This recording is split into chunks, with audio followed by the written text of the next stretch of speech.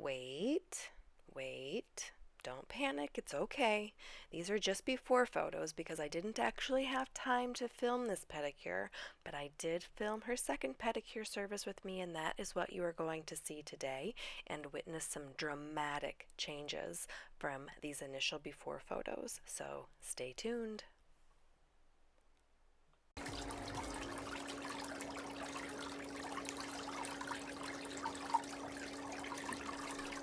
Compared to the first pedicure I gave this client, her nails are so much easier to trim. When someone has nail fungus, the nails get very dehydrated and are very hard, but the Nail Mycosis solution adds moisture back to the nails, so my job will be much easier today. And here I am using my Meticulous Manicurist toenail nippers.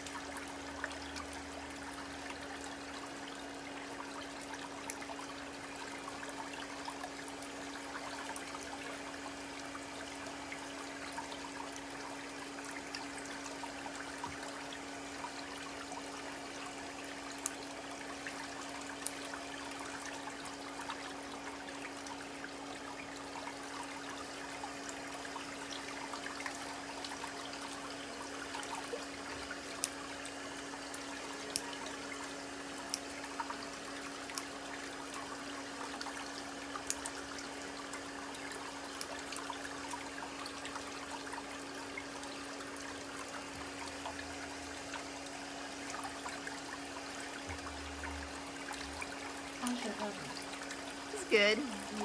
We're going on vacation tomorrow. We're leaving to go for a week to Sedona for our 23rd year wedding anniversary.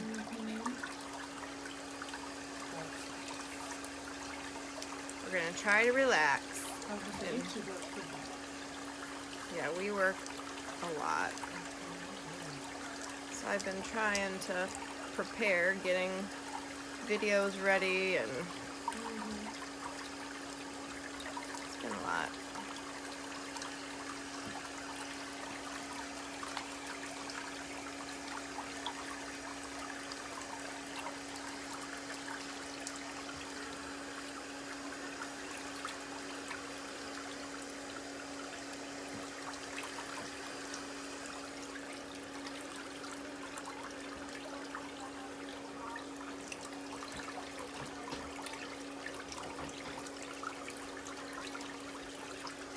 Poor people.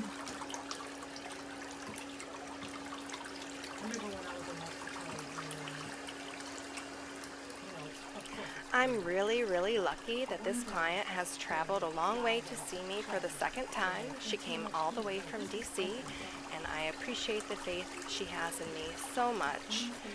And right now what my goal is to push back the cuticles that are very sticky and stuck on the nail plate, as you could probably tell from the very first photo I showed you at the beginning of the video. And toenails are porous, so they retain moisture, they retain perspiration, they retain water. They're like a sponge, and if they're covered in this skin, the water will seep into the nail, but it won't be able to evaporate very well. So it's important to make sure that the whole nail plate is free of the adhered skin so it can dry out if it gets full of moisture, perspiration, water, etc. And it's very important for her because she's trying to get rid of this nail fungus. And I'd like to personally thank Whitney Kemp for this cute comment. She says, "Coworker, want to grab a drink after work?" Me, "Thanks, but I have plans," silently in my head, to go home and watch Lori scrape gunk out from underneath someone's toenails while I have a drink on my couch. Happy Friday. Thanks, Whitney. That is so cute. Are you excited about the progress your feet have made so far? I am. Me too. You can see it? Oh yeah, I can tell. You remember? Oh, my phone is full of feet. I go back and look at them all the time. Oh yeah.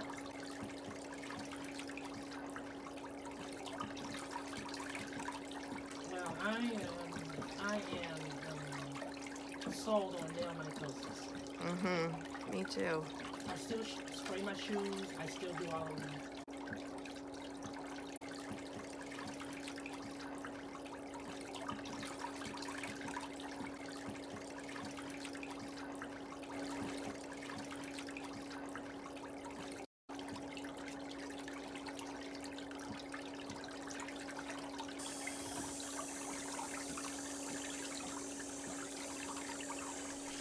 This is my favorite part of giving a specialized or customized pedicure service.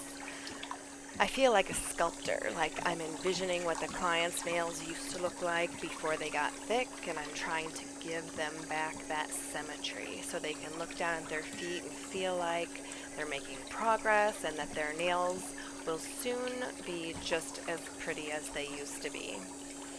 And I just want to reiterate that my job as a nail technician is just cosmetic. I'm not a doctor and I'm not licensed to do anything medical. As a matter of fact, it specifically states in most state boards of cosmetology, including my own, that practicing procedures that a podiatrist would do, like using any kind of razor blade, is prohibited. And a podiatrist might even file the nail all the way down to the nail bed, and I cannot do that. And as a matter of fact, there's no state boards of cosmetology in the United States that sanction or even recognize the term medical pedicure. So as a side note for all the nail technicians watching, even if a nail tech is working in a podiatrist's office, they are still only allowed to work under what their license covers. So to cut, trim, file, polish, cleanse, massage, and beautify the hands and the feet. The term came about because people thought by adding the marketing term medical, it would increase their credibility for disinfection standards, but there is actually no such thing as a medical pedicure. And many states have posted industry bulletins with their interpretation of this trendy term, reminding nail techs that there is no such thing as a medical pedicure. The term actually started in Canada, but Canada doesn't have the same strict guidelines we have here in the States. And then other companies who are in the medical field but not in the cosmetology field grabbed onto the term and thought that this would be great to have nail technicians in a medical office and call it a medical pedicure. But the term should not be intertwined with a pedicure service, not ever, even in a medical office. And if a medical facility is offering pedicures, they have to hire licensed nail technicians to give the services and become a limited cosmetology establishment through the State Board of Cosmetology here in the United States. And if you have taken a continuing education course that uses the term medical, it does not expand your scope of practice. You can still only do what your state lists in your state board rules and regulations. And I'll include a link to the California Industry Bulletin that was posted in 2009 and is still posted because the problem has not gone away. And the best thing for you to do is to check your state board for a similar bulletin. So any nail techs working in the medical office, just make sure that that office has a limited cosmetology establishment license, because you can only work in a licensed cosmetology establishment. And make sure you're not performing any services using a blade or performing other super invasive procedures or working on any kind of an infection. Oh, and one more comment. Wearing gloves does not make a medical pedicure.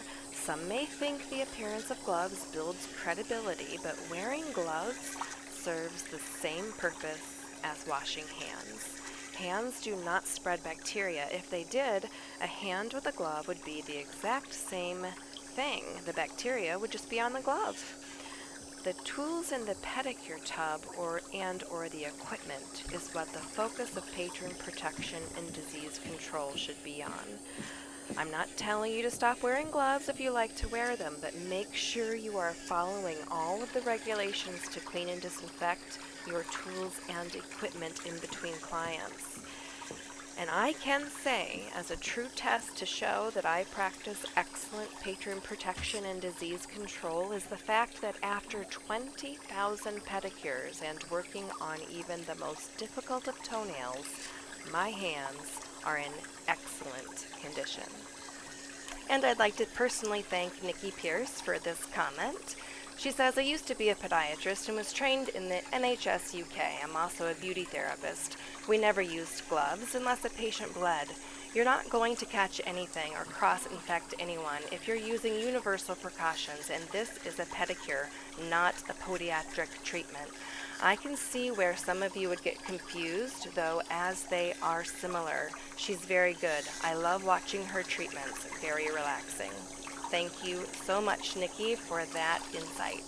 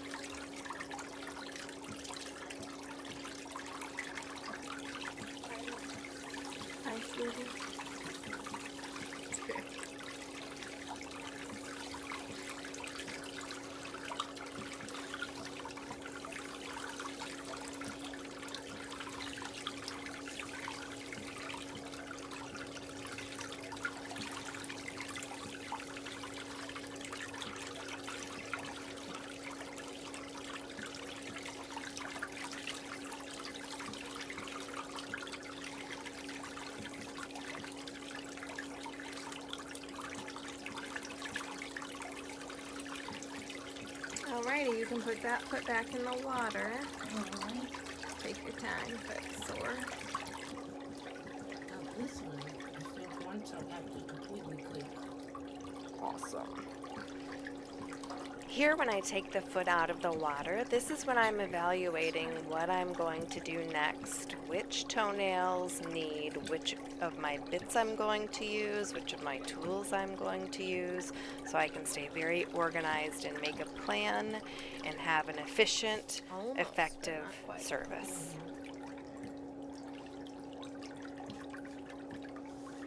It's going to have to be every day for a couple more months. All right, bend your knee.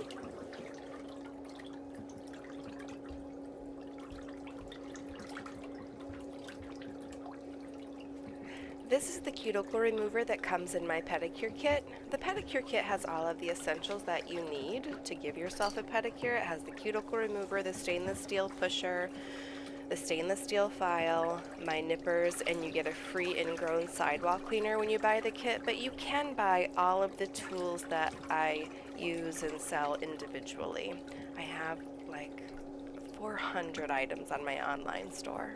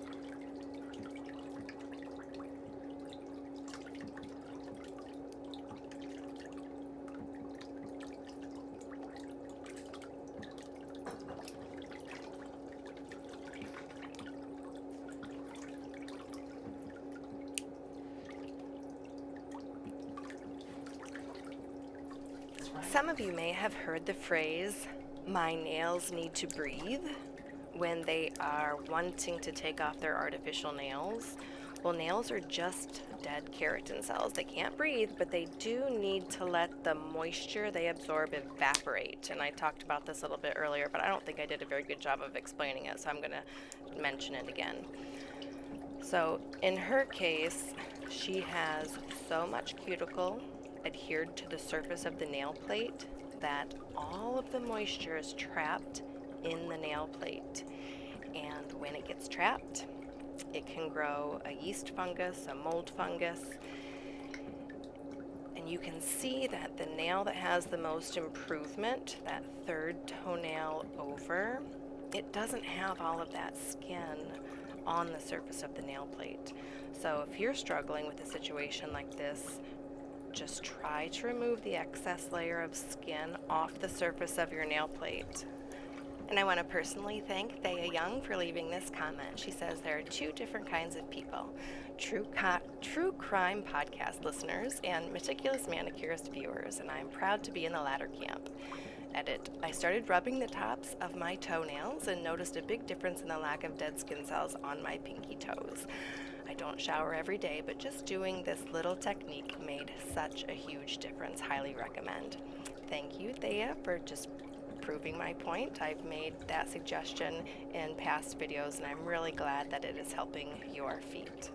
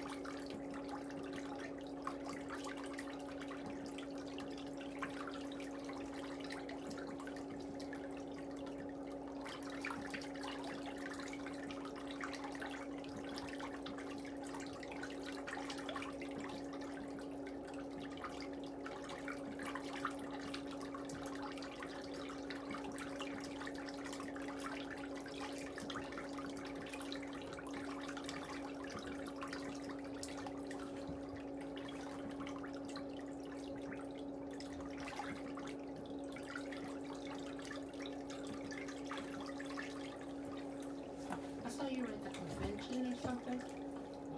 Yeah, we went to a nail show in Sacramento last weekend.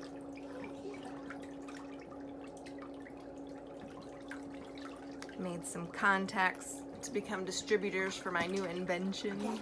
Yes. Have you put it out there yet, what it is? Oh yeah, yeah, okay. we're selling it. Yeah, it's a hand rest for nails. That's right. Yeah, yep. It's ergonomic. That's something. I want to personally thank Adam Caldwell for his comment. He writes, "You need your own school to teach some of these nail techs in the world how to handle problem toes with grace. I use your tips on my feet and they work." So for all of the nail techs watching, I do have classes available at the Nail Retreat in French Lick, Indiana in April, and in July at the Nail Tech event of the Smokies. The information for the classes is available in the Meticulous Manicurist courses link on my website.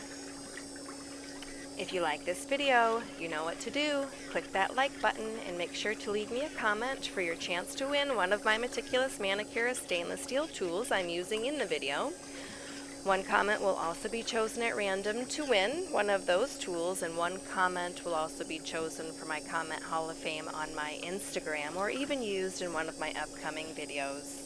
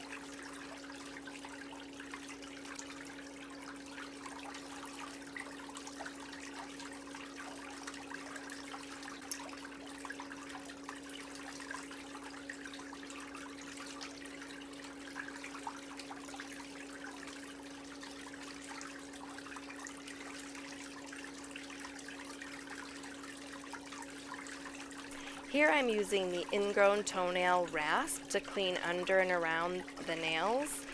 This tool does not come in the pedicure kit, so you'll have to add this as a separate item in your cart if you're ordering the kit.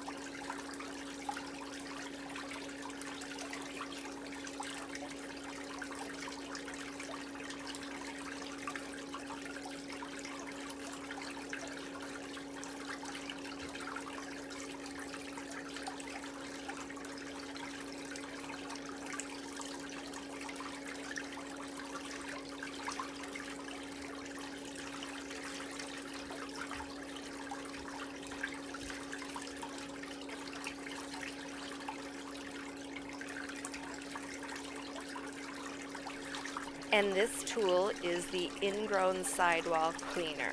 This is the free tool that comes in my pedicure kit.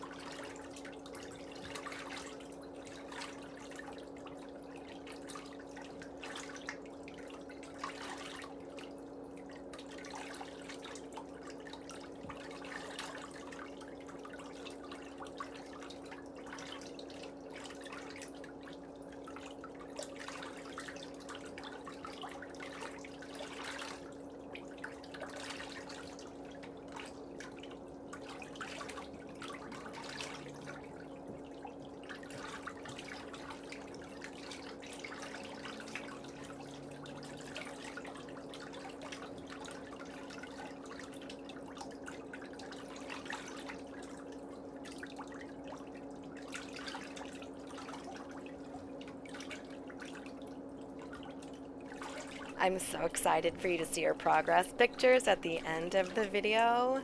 They really are kind of remarkable. I'm really happy for her.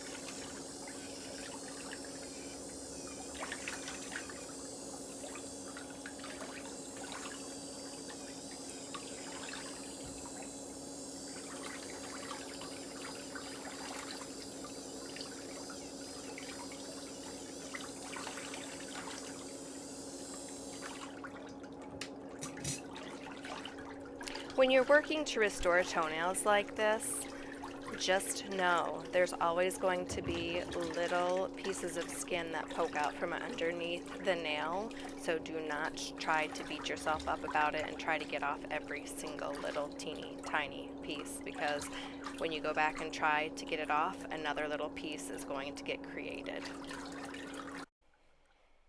So this is before her first pedicure. The second picture is after her first pedicure.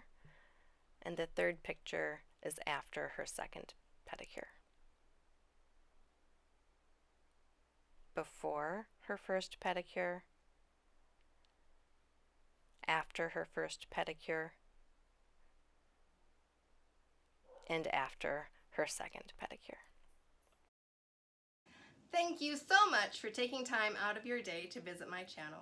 People like you are the reason for my success, and I appreciate it so much. But remember to subscribe to my YouTube channel for all the latest videos. Remember, it is free, and I'll see you next time.